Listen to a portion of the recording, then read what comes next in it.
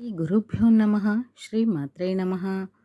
ఆడవారు ప్రతిరోజు బియ్యం కడిగే ముందు రహస్యంగా ఈ చిన్న పని చేస్తే ఇంట్లోని దరిద్ర బాధలన్నీ తొలగిపోయి లోటు అనేది రాకుండా సంతోషంగా జీవిస్తారని వేద పండితులు చెబుతూ ఉన్నారు. మరి ఏం చేయాలో, ఏం చేస్తే ఆ భగవంతుని కృప మీ మీద పడి ఐశ్వర్యానికి లోటు లేకుండా జీవిస్తారో ఇప్పుడు మనం ఈ వీడియోలో తెలుసుకుందాం. ముందుగా ఒక చిన్న కథను తెలుసుకుందాం. ప్రతి మనిషి పుట్టుక ఏదో ఒక కారణంతోనే జరుగుతుంది. ప్రస్తుత కాలంలో దీన్ని ఎవరూ పట్టించుకోరు. కానీ మన పురాణాలలో తిరగిస్తే అందులో ఇలాంటి సందర్భాలు బోలెడు కనబడతాయి. దానిని గురించి తెలుసుకుందాం. అలాంటి వాటిలో కచిడి కథ ఒకటి తెలుసుకుందాం. కచిడి దేవతల గురువు అయినటువంటి బృహస్పతి కుమారుడు. గురువారాన్ని లక్ష్మీవారం అంటారు. ఈ లక్ష్మీవారం కూడా బృహస్పతిని స్మరించుకుంటూ ఉండడానికి నిర్ణయించినదైనదా. బృహస్పతి మూడవ భార్య అయిన మమతకు బృహస్పతికి పుట్టిన కొడుకులు భరద్వాజ, కచుడు, క్షీరసాగర మదమునలకు.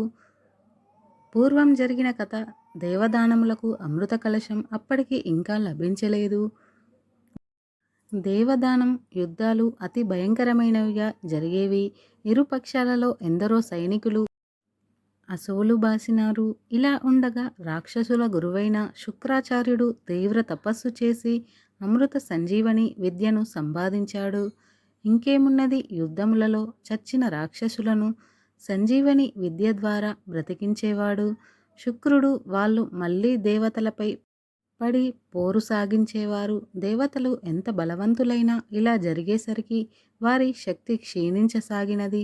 మంచికి అపజయం కలుగుట చూడలేని దేవతా గురువు బృహస్పతిల వారు తన కుమారుడైనటువంటి కచుని పిలిచి శుక్రుడి శిష్యుడై మృత సంజీవని అభ్యసించి రమ్మని ఆదేశించాడు. పాపభీతి తెలియని రాక్షసులతో వ్యవహారము తన కుమారునికి ప్రాణాలకే అపాయము అని తెలిసి కూడా ధర్మ సంస్థాపనార్థం తన కుమారుణ్ణి ఆ అసాధ్య కార్యము నిర్వహించుకొని రమ్మని పంపించినాడు. బృహస్పతి అయిన కచుడు వెంటనే బయలుదేరి శుక్రాచార్యుల వద్దకు వెళ్ళి సాష్టాంగ ప్రణామములు చేసి, గురుభ్యో నమః స్వామి, నేను అంగీసగోత్ర జాతకుడను, దేవగురువులైన బృహస్పతి వారి తనయుడను. నన్ను కచుని అని పిలుస్తారు. విద్యార్థినై మీ వద్దకు వచ్చాను అని ప్రార్థించాడు. కచుని వినయానికి సంతోషించి శుక్రుడు, నాయన, వినయ విధేయతలై విద్యార్థులకు ప్రథమ సోపానాలు నీవంటి వాడే అర్హుడే శిష్యుడిగా స్వీకరించుట నాకు ఆనందదాయకము అని ఆశీర్వదించి తన శిష్య బృందంలో చేర్చుకున్నాడు. కచుడు సూర్యోదయానికి పూర్వమే నిద్రలేచి కాలకృత్యాలు తీర్చుకొని దోదాకాలతో స్నానాది కార్యక్రమాలు నిర్వహించే సంధ్యావందనాది కార్యక్రమాలను యథావిధిగా చేసేవాడు. తీవ్రమైన బ్రహ్మచర్య నిష్టను అవలంబిస్తూ ఎంతో ప్రీతితో గురుసేవ చేసేవాడు. భక్తి ఏకాగ్రతలతో వేద శాస్త్రాలు అభ్యసించేవాడు. శుక్రశరణునికి ఎవ్వని త్రిలోక సౌందర్యవతి దేవయాని అని పేరుగల కుమార్తె ఉండేది. ఆమె సౌందర్యం అద్వితీయమైనది. పైగా కచునిపై మనసు పడింది.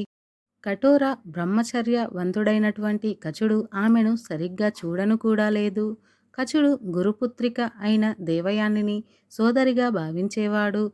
విద్యలపైనున్న కుతూహలం అతనిని శుక్రునికి ఎంతో ప్రియునిగా చేసిన కచుని మంచితనం చూసి అసూయతో మిగతా రాక్షస శిష్యులందరూ కూడా సమావేశమై ఇలా అనుకునేవారు, వీడు మన శత్రువుల పక్షము, వీడికి మృత సంజీవని విద్య లభిస్తే అది మనకు అపాయకరము, కనుక వీడిని చంపి పారేద్దాం అనుకునేవారు. శుక్రుని గోవులను కాచి అడవి నుంచి తిరిగి వస్తున్న కచుణ్ణి నిర్దాక్షిణ్యంగా చంపేశారు. అకర్గసులు కచుడు రావటం ఆలస్యమైందని చింతించి దేవయాని తండ్రితో, నాన్న, ఎంత అవసరం వచ్చినా కనీసం సాయంకాలం సంధ్యావందనం సమయానికి అయినా సరే ఆశ్రమానికి తిరిగి వచ్చేవాడు కచుడు. కానీ ఇవాళ ఇంత పొద్దు ఎక్కినా ఇంతవరకు రాలేదు. దయచేసి మీ దివ్య దృష్టితో కచుని జాడ తెలుసుకోండి అని ప్రార్థించింది.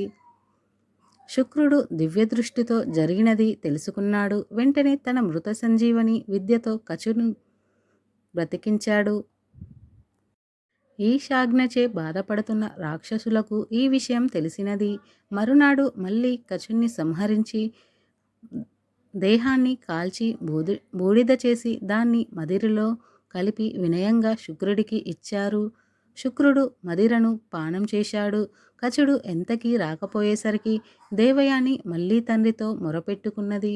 దివ్య దృష్టితో జరిగినది తెలుసుకొని ఎంతో బాధపడి, ఈ రాక్షసులు చాలా కిరాతకులు, తెలియకుండా నేనెంత తప్పు చేశానో, ఈ మదీన పానము చాలా ఘోరమైనది, దీని మత్తు ప్రభావము వలన నా నా వివేకన విచేషణ నశించినది అనుకొని ఇకపై ఎవరిచే ఇట్టి తప్పులు జరగకూడదని ఈ విధంగా కట్టడి చేసినాడు. ఎంత కొంచెమైనచో చెయ్యరాదు, అది మహాపాపము. ఇలా ధర్మనియమం తెలియజెప్పి మళ్ళీ ఇలా అన్నాడు.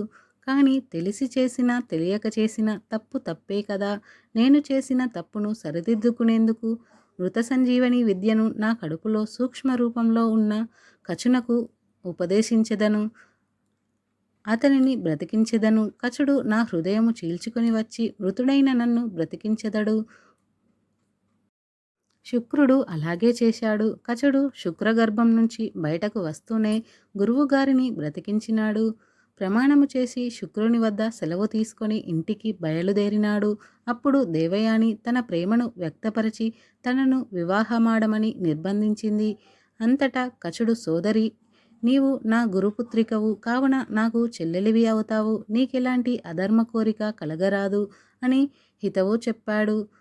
నిరాకరించిన కచునిపై కోపగించుకున్న దేవయాని ఇలా శపించినది. నన్ను హింసించిన ఫలముగా ఈ విద్య నీకు ఉపకరించదు. దేవయాని అన్నాడు. దేవి అని అమాయకత్వాన్ని చూసి ఇలా సమాధానమిచ్చాడు కచుడు. చెల్లి విద్య ఎన్నడూ కూడా విద్య నీరు ఉపయోగం కాదమ్మా. ఈ విద్య నాకు ఉపకరించకపోతే నేమి అర్హులైన పరులకు నేర్పి వారికి ఉపయోగపడతాను. సమాజ శ్రేష్టమైన నా విద్య ఉపకరించుట కన్నా నాకేమి కావాలి అని చెప్పి ఆనందంగా తిరిగి వెళ్ళిపోయాడు కచుడు.